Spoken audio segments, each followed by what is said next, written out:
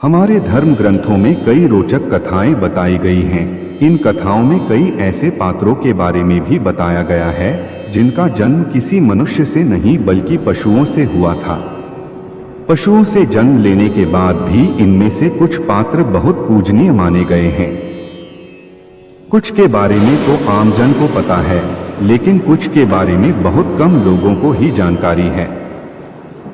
आज हम आपको धर्म ग्रंथों में कुछ ऐसे ही पौराणिक पात्रों के बारे में बता रहे हैं जिनका जन्म पशुओं से हुआ था।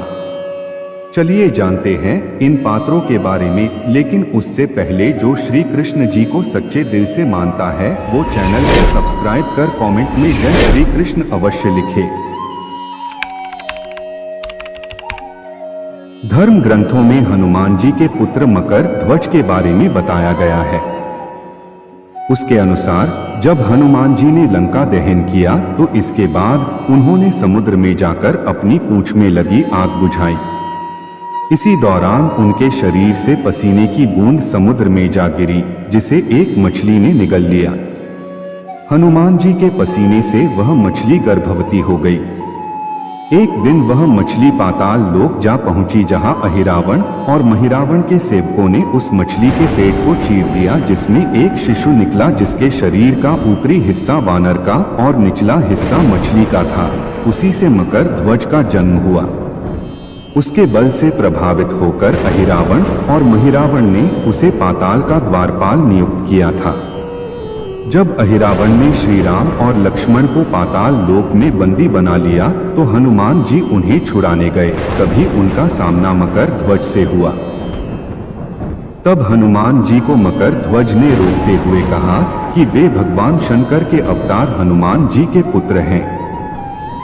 तब हनुमान जी ने उन्हें बताया कि वे ही हनुमान हैं। तो मकर ध्वज ने अपने पिता को प्रणाम किया और उन्हें भीतर जाने दिया। उसके बाद हनुमान जी ने अपने पुत्र मकर ध्वज की मुलाकात भगवान श्री राम से करवाई और उन्हें धर्म की राह पर चलने की प्रेरणा दी और साथ ही मकर ध्वज को पाताल का राजा नियुक्त किया और वापस युद्ध क्षेत्र में आ गए।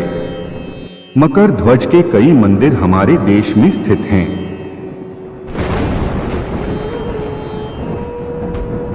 महिषासुर हिंदू धर्म में एक असुर दानव था। वह ब्रह्मा ऋषि कश्यप और दनु का पोता और रंभ का पुत्र तथा महिषी का भाई था।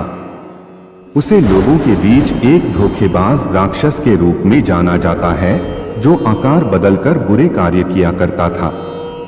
पुराणों में भी महिषासुर नाम के इस पराक्रमी दैत्य का वर्णन है जिसका वध करना देवताओं के लिए भी संभव नहीं था। तब देवताओं ने अपनी संयुक्त शक्तियों से देवी दुर्गा का आवाहन किया और फिर देवी ने उस राक्षस का वध किया। इसलिए देवी का एक नाम महिषासुरमर्दिनी भी प्रसिद्ध है। इस दैत्य के जन्म की कथा भी बहुत रोचक है। उसके अनुसार रंभ नाम का एक असुरों का राजा था। एक बार जब रंभ जल में स्नान कर रहा था तभी उसे एक भैंस दिखाई दी। काम के वशीभूत होकर रंभ ने उसके साथ समागम किया, जिससे महापराक्रमी महिषासुर का जन्म हुआ। महिषासुर अपनी इच्छा अनुसार दैत्य और महिष यानी भैंस का रूप धारण कर सकता था।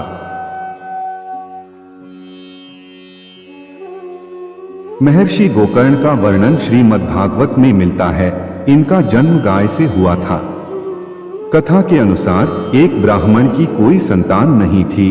उसकी पत्नी भी बहुत कुटिल थी। एक बार एक महात्मा ने ब्राह्मण को एक फल देकर कहा कि इसे अपनी पत्नी को खिला देना, इससे तुम्हें योग्य संतान की प्राप्ति होगी। ब्राह्मण ने वो फल अपनी पत्नी को दे दिया, लेकिन उसने वो फल स्वयं न खाते हुए अपनी गाय को खिला दिया। पति को शक न हो इसके लिए वह कुछ दिन के लिए अपनी बहन के घर चली गई और उसके पुत्र को अपना बताकर उसका पालन पोषण करने लगी।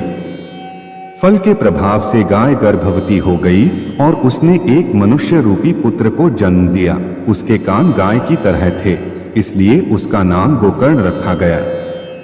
गोकर्ण महान तपस्वी और धर्मात्मा मुनि थे। उन्होंने ही श्रीमद्भागवत की कथा लोगों को सुनाई थी।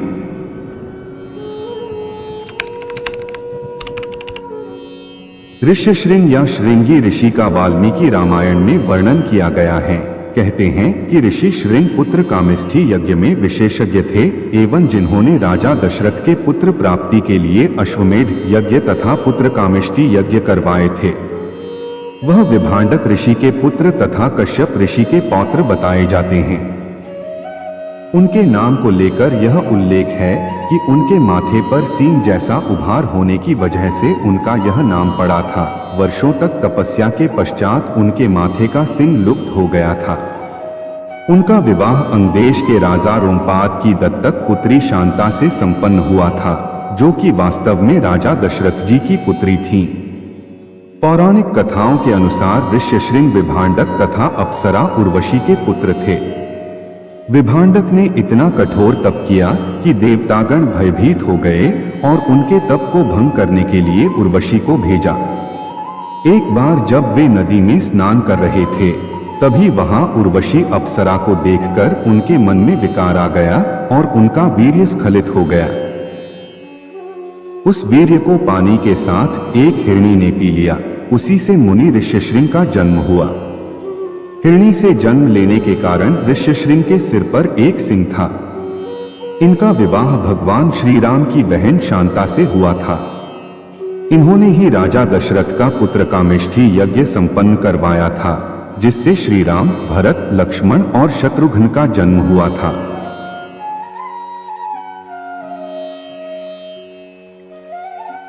सत्यवती भीष्म के पिता राजा शांतनु की दूसरी पत्नी थी। इनका पालन पोषण एक केवट ने किया था। सभी लोग ये मानते हैं कि ये केवट की ही पुत्री थी, लेकिन ऐसा नहीं है। महाभारत के अनुसार उपरिचर नाम के एक राजा थे। एक बार जब वे जंगल में शिकार करने गए तो वन की मादकता देखकर उनके मन में विकार आ गया, जिससे उनका वीर्य स्खलित हो गया। उस वीर्य को राजा उपरिचर ने एक पत्ते में एकत्रित कर अभिमंत्रित कर दिया और एक पक्षी के माध्यम से अपनी रानी के पास भेज दिया। रास्ते में दूसरे पक्षी ने उस पर हमला कर दिया, जिससे वह वीर्य नदी में जा गिरा और उसे मछली ने पी लिया। उस मछली को मछुआरों ने जब पकड़ा और काटा तो उसमें से एक लड़का और लड़की निकली। जब ये बात राजा उपरिचर को पता चली तो उन्होंने लड़के को अपने पास रख लिया, किंतु बालिका के शरीर से मत्स्य की गंध आने के कारण राजा ने मल्लाह को दे दिया। पिता की सेवा के लिए वह यमुना में नाव चलाया करती थी। सहस्त्रार्जुन द्वारा पराशर मुनि को मृत मानकर मृतप्राय छोड़ दिया गया। तब माता सत्यवती ने मुनिराज की सेवा की व जीवन दान दिया।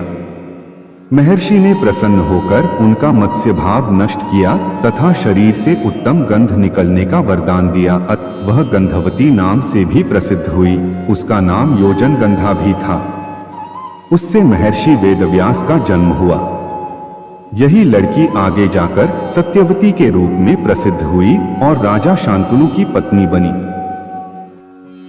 दोस्तों, अगर आपको ये वीडियो अच्छा लगे तो वीडियो को लाइक और शेयर करें और चैनल को सब्सक्राइब करें और हाँ, घंटी को बजाना ना भूलें, जिससे आपको हमारी आगे आने वाली वीडियो का पता चलता रहे। अब हम आपसे आज्ञा चाहते हैं।